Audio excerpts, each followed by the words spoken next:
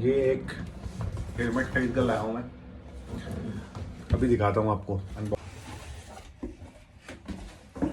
इस हेलमेट का नाम है SMK एग्नार।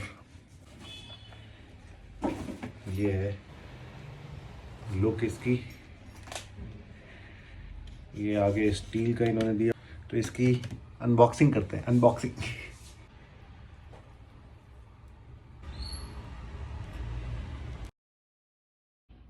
इसकी पैडिंग बहुत बेहतरीन है भाई। पैडिंग जो है ना इसकी बहुत ही अच्छी क्वालिटी की है।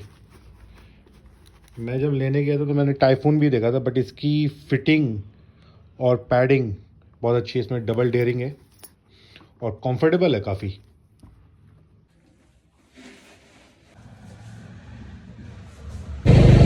और विंड नॉइज भी बहुत अच्छा है, ज्यादा आवाज नहीं आ रही।